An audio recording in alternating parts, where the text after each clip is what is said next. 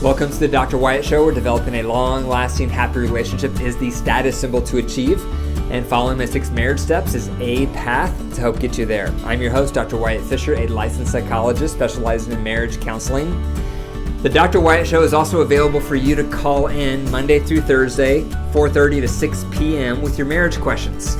So be sure to give me a call at 720-307-7347. The message today is all about 3 benefits of a covenant marriage. There's 2 approaches to marriage. Maybe you knew this, maybe you didn't. There's the contract approach and the covenant approach. The contract approach says, I am committed to you as long as my needs are met and I'm in love. The moment my needs aren't met, the moment I don't feel in love, divorce is a viable option. That's the majority of marriages today. That's how people approach marriage, whether they realize it or not. Because the moment their needs aren't met or the moment they don't feel in love, they start thinking about divorce. A covenant approach, that refers to someone thinking about marriage as a long-term commitment. I'm in this for the long haul. And I know there's going to be seasons of winter where our needs aren't going to be met. I know there's going to be these difficult periods where I don't feel in love with you. And that's when we dig in deeper and we work harder. That doesn't mean we get a divorce. So it's a different mindset with the covenant approach. It's more of a long-term approach. The risk with the contract approach is your commitment is tied almost entirely to your feelings. And feelings can be very fleeting, very fragile. So it makes your commitment level go up and down like a roller coaster. So I'm going to talk about 3 benefits of the covenant approach to marriage. The first benefit is you're going to handle conflicts differently. So if you know you're in a contract marriage and it's all about how you feel, the moment you hit a hard season in your marriage, you're going to immediately be thinking about divorce. It's a viable option right away, which means you probably won't be working as hard as you could be at resolving the problems. In contrast, if you're in a covenant approach marriage and you hit a rough season in your marriage, then if you know divorce is not a viable option, guess what? You're going to dig in deeper. You're going to work harder because you know for you, divorce is not an option. Now, there are times when divorce is an option in the covenant approach. And primarily, this is referred to as the 3 A's. The 3 A's are adultery, abuse, and abandonment. Now, when it comes to adultery, couples can go through adultery but still heal and recover. It's hard and the road is very narrow, and you should check out the articles on my website on surviving infidelity and 10 ways to heal from affairs. The road's very narrow, but some couples can recover even when there is adultery. When it comes to abuse is a pretty loose term and it's pretty broad, and underneath the umbrella of abuse is neglect. So if you're in a marriage and you feel like your needs are not met and you bring it up to your partner again and again and they refuse to seek help, they refuse to change, and they tell you to get over it, they're not going to meet your needs, that would qualify as neglect. And that would therefore qualify you to move forward with a separation or a divorce.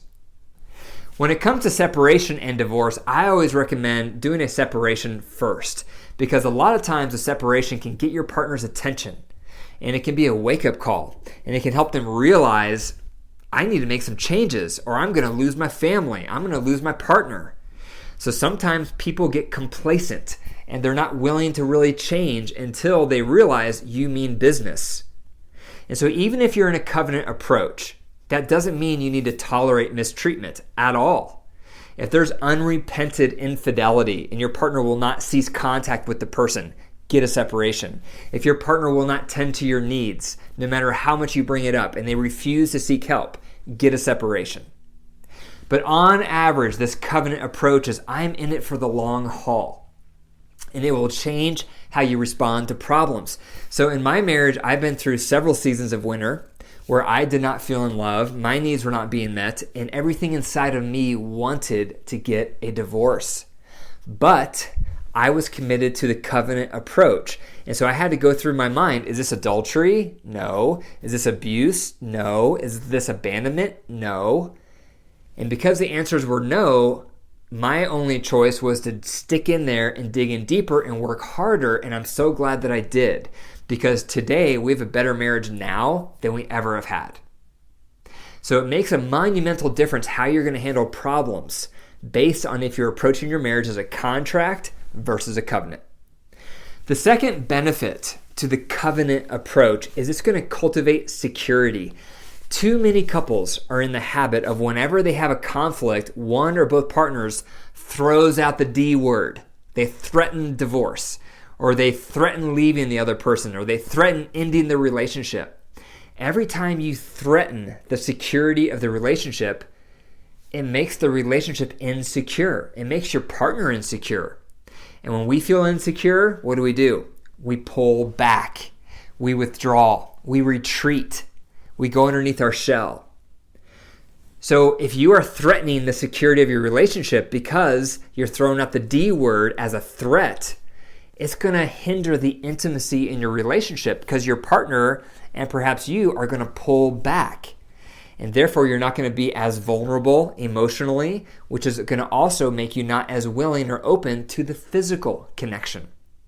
So that's the second main benefit, is if you're approaching marriage as a covenant, you don't threaten ending the marriage when you have a fight. You don't threaten leaving your partner because you know you're in it for the long haul. And if your partner knows you're in it for the long haul, that breeds security. They're going to become more vulnerable, more open, and that's going to facilitate emotional closeness and sexual closeness.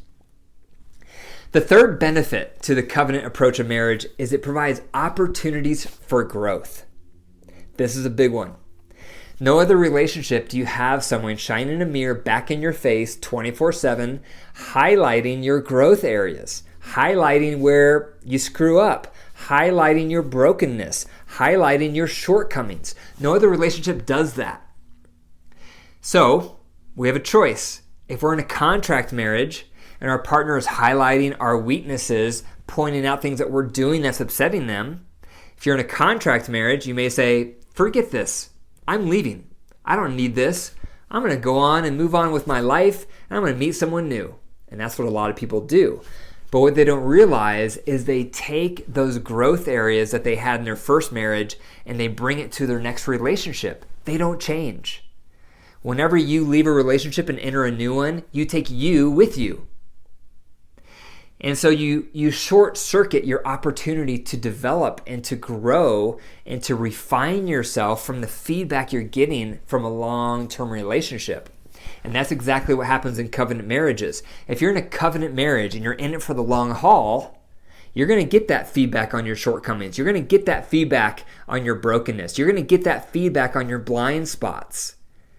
And then it can become an opportunity for you to develop and for you to grow and for you to become a better partner, which will make you a better person.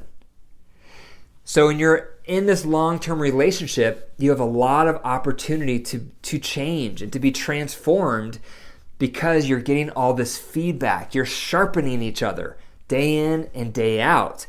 But if you circumvent that and just leave the relationship, then you're not going to have that opportunity for growth because you're not going to have that feedback.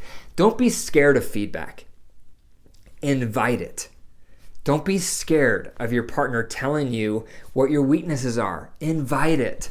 Don't be scared of your partner highlighting your blind spots. Invite it.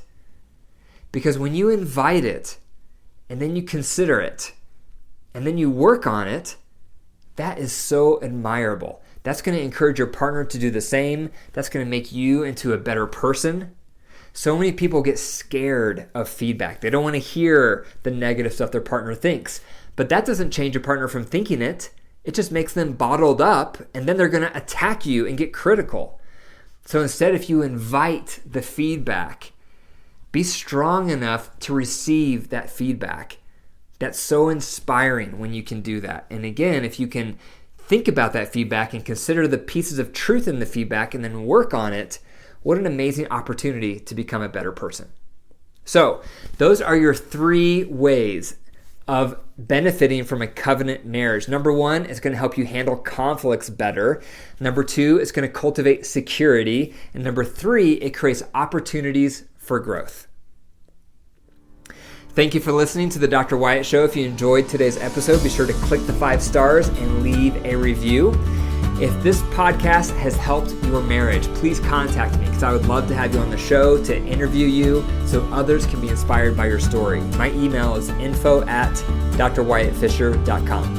And remember, your marriage is alive. So if you care for it and you nurture it, it will grow and heal. If you neglect it and deprive it, it will wilt and die. The choice is up to you. Take care.